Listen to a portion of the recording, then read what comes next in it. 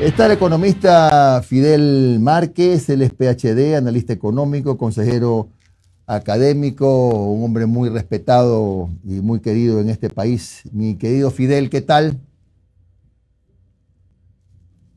Bien, muchas gracias, Fidel. De regreso. Acá viendo la cantidad de cosas que tenemos que hacer. Sí, a eso iba justamente Fidel. Tenemos un país que ya lo he dicho yo en algunas de mis entrevistas, con una especie de sobreendeudamiento, ¿no? Con casi 87.000 millones de dólares y el próximo año nos tocará pagar una cantidad muy fuerte entre capital e intereses. ¿Hay alguna salida, crees tú, Fidel, en la posibilidad o en la necesidad de otro reperfilamiento de la deuda? Qué sé yo, si un tramo se negocia una moratoria o se hace lo que se ha venido diciendo respecto de la urgencia de explotar las reservas de petróleo y gas. ¿Qué salida tiene el país que no sea más impuestos? Claro, y qué bueno que pusiste la coletilla al final, ¿no? Que yo creo que es importante que lo tengamos presente.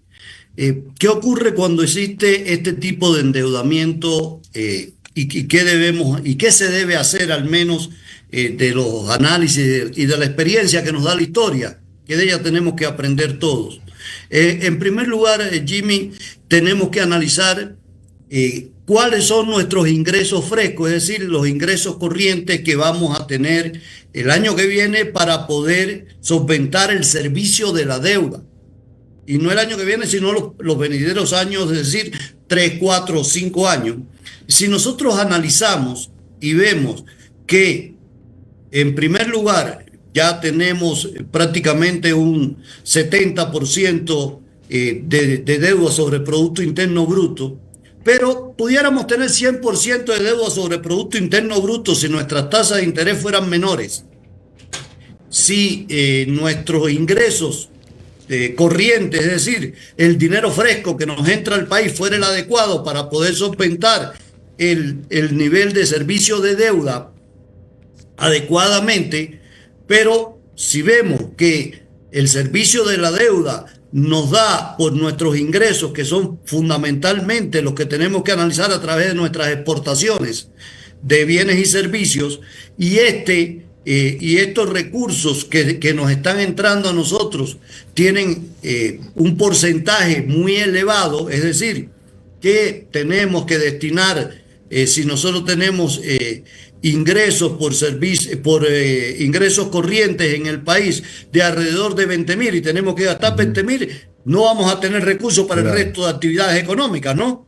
Entonces, para que la gente pueda entender esta situación, y es a donde tenemos que ir nosotros. Entonces, el problema pasa cómo reactivamos el aparato productivo nuestro, cómo reactivamos e impulsamos nuestras exportaciones. En otras palabras, si lo que hacemos es quitarle el dinero y el recurso que tienen tanto las empresas como la familia vía impuestos, no estamos resolviendo el problema, porque estamos provocando que disminuya la liquidez que tenemos en la economía nacional. Y entonces aquí es donde viene mi frase siempre: lo que tenemos que apuntar ya como país no es a la economía del fisco, sino a la economía nacional en su conjunto. Entonces, la idea es cómo generamos empleo y volvemos al problema inicial nuestro. Nuestro gran problema es la generación de empleo final, que es lo que nos va a permitir mayor productividad, que es lo que nos va a permitir mayores producciones y por tanto poder tener dinero fresco vía exportaciones, que es el camino adecuado. Claro. ¿Qué tenemos que hacer en la situación de hoy? Hay que reperfilar la deuda, evidentemente, porque no estamos en condiciones de poderla enfrentar. Y hay que buscar entonces, para poder perfilar la deuda, tenemos que bajar el riesgo país. Y el riesgo país, Jimmy, tenemos que bajarlo no solamente por la parte económica, sino también por la parte política. Y esto entra entonces por lo que toda una vida hemos hablado, y contigo lo hemos hablado, yo creo que hace más de por lo menos 25 años venimos diciendo esto ya, inicialmente en el programa en Radio Fuego, que lo recordarás, donde nosotros planteamos ahí el consenso nacional, líneas mínimas. Tenemos que despojarnos de muchas ideas preconcebidas que tenemos y decir, bueno, señores, estamos de acuerdo en esto, vamos adelante con estos acuerdos mínimos, y ese es el consenso que tenemos que tener y dejar de estarnos peleando. A ver, el consenso sobre qué bases, por ejemplo, qué tipo de acuerdos. ¿Cómo enfrentamos la problemática de la estructura de empleo del país, por ejemplo? Ya. ¿Qué ¿Cómo la necesitamos enfrentamos? para eso? Ujú, Necesitamos generar empleo. ujú, ¿Qué necesitamos ver? Que la principal rama de actividad económica nuestra tiene que ser la agricultura. ujú. Enfoquémonos hacia la agricultura. ¿Qué tipo de agricultura? ¿Dónde vamos a tener mejores condiciones nosotros? Que podemos ser un país con una tierra muy fértil, muy adecuada, pero somos un país pequeño. Entonces tenemos que pensar en nichos de mercado con producciones de tipo orgánico, por ejemplo, que cada vez van a tener más precio. ¿Y por qué digo esto? Porque la población mundial se envejece. Al envejecerse, la población mundial necesita alimentos cada vez más sanos con menos químicos. Y nosotros estamos en condiciones de poder enfrentar y tener una agricultura bajo esas condiciones. Claro, y tecnificar la agricultura también, pues Fidel, porque Tecnificarla. en Pero eso estamos en pañales todavía, me parece a mí. exactamente, y tenemos que pensar en ese sentido. Y ver qué producto es con más extensiones, qué producto es con fincas, digamos, en extensiones de tierra y hacer cultivos especializados. Bueno, para eso se necesitan también cosas que no hay en el país en la cantidad que debería haber, como por ejemplo laboratorios de análisis de suelo. No Entonces hay existen que en cantidad invertir en eso. suficiente.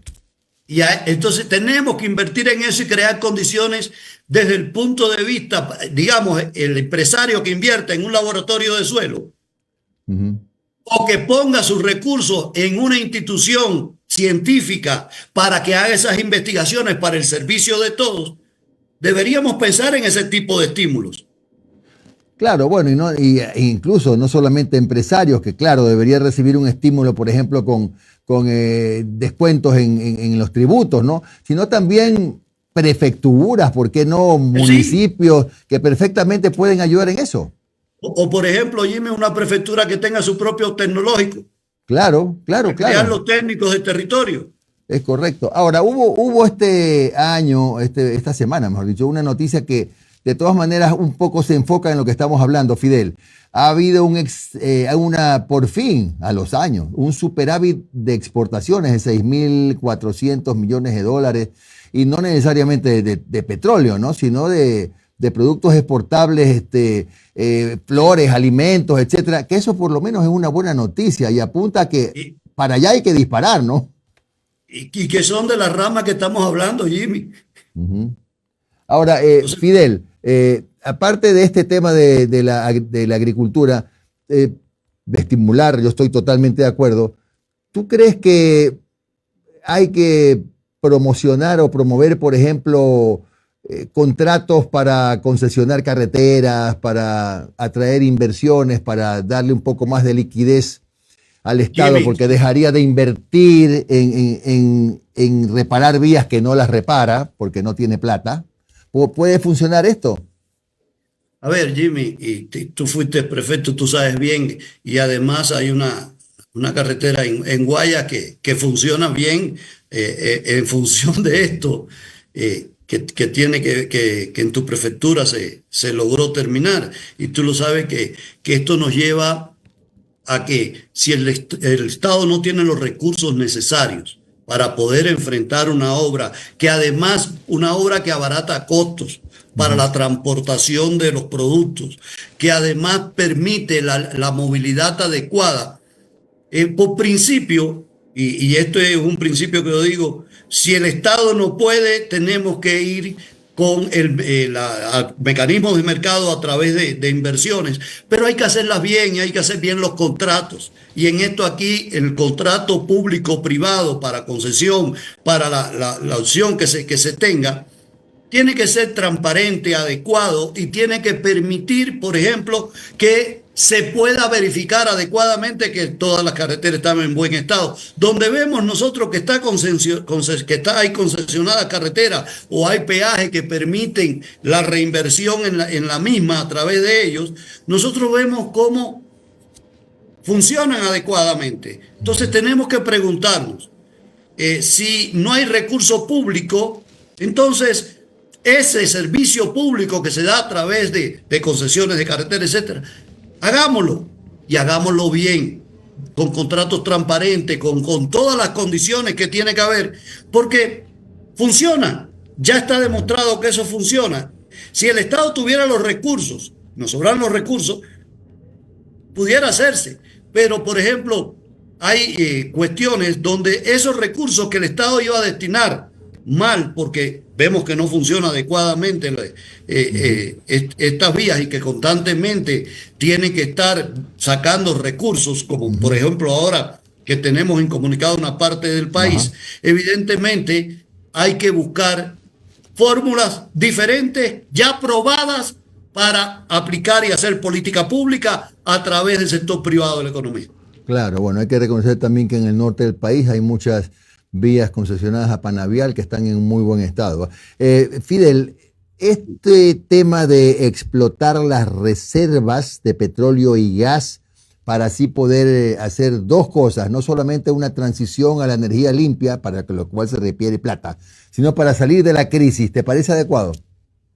A ver, si se utilizara adecuadamente los recursos, Jimmy, totalmente sí. Y además, si se utilizara también para combatir, por ejemplo, desnutrición infantil. Si tenemos recursos que además, donde en la zona donde están enclavadas esas explotaciones, se le dé participación adecuada a las comunidades y ellos tengan también un retorno, sí. Explotemos de manera inteligente nuestros recursos y en una unión inteligente con la naturaleza, con tecnología que mitiguen lo más posible el impacto ambiental. Lo que pasa es que tú planteaste al inicio de la entrevista, Fidel, que es necesario un consenso, acuerdos mínimos, que sería la palabra, acuerdos mínimos para la gobernabilidad, que se han dado en otros países, en Chile, por ejemplo, sí, el tema económico, y en Perú. Pueden pelearse. Y además, Jimmy, en Chile fueron de la extrema derecha a la extrema izquierda. Claro. Pero bueno, en Chile y en Perú, que pueden tener una clase política terrible, pero en materia económica siguen una línea que les ha funcionado, ¿no? ¿Cómo se puede conseguir acá? Porque acá el problema está en que no hay un espacio libre de estas pugnas. Y que tenemos que acabar de entender que tenemos que unirnos. Y si no nos unimos, el país se nos lo llevan en pedazos. Y aquí lo tengo que decir con todas las letras, la economía subterránea, que no es otra cosa que el narcotráfico, el contrabando, etcétera, se apoderan del Estado ecuatoriano. Y cuando digo el Estado, digo toda la nación. No el gobierno, sino toda la nación. Porque además tienen, y esto está demostrado, la economía subterránea generalmente mueve los países cuando están bien empoderadas, como es en el caso nuestro, este tipo de actividades. Lo mínimo que dominan es un 30-35% del Producto Interno Bruto. Para que tengamos una idea del poder que tienen. ¿De cuántos miles de millones de dólares estamos hablando más o menos? Más de 30.000 millones de dólares estamos hablando que mueven, Jimmy. Un montón. Si tenemos un Producto Interno Bruto de 100.000, imagínate. Justo lo que dijo el embajador de Italia anteayer, me parece, en una entrevista. Eso es una regla que está establecida. Y de esos 30.000 millones que se mueven, ¿cuánto regresa al Ecuador? Muy poco. Regresa para los gatilleros, etcétera, pero hasta ahí. Bien. Bueno, Fidel, muchas gracias al economista Fidel Márquez, analista económico con el que hemos compartido estos criterios esta mañana. Fidel, un abrazo grande.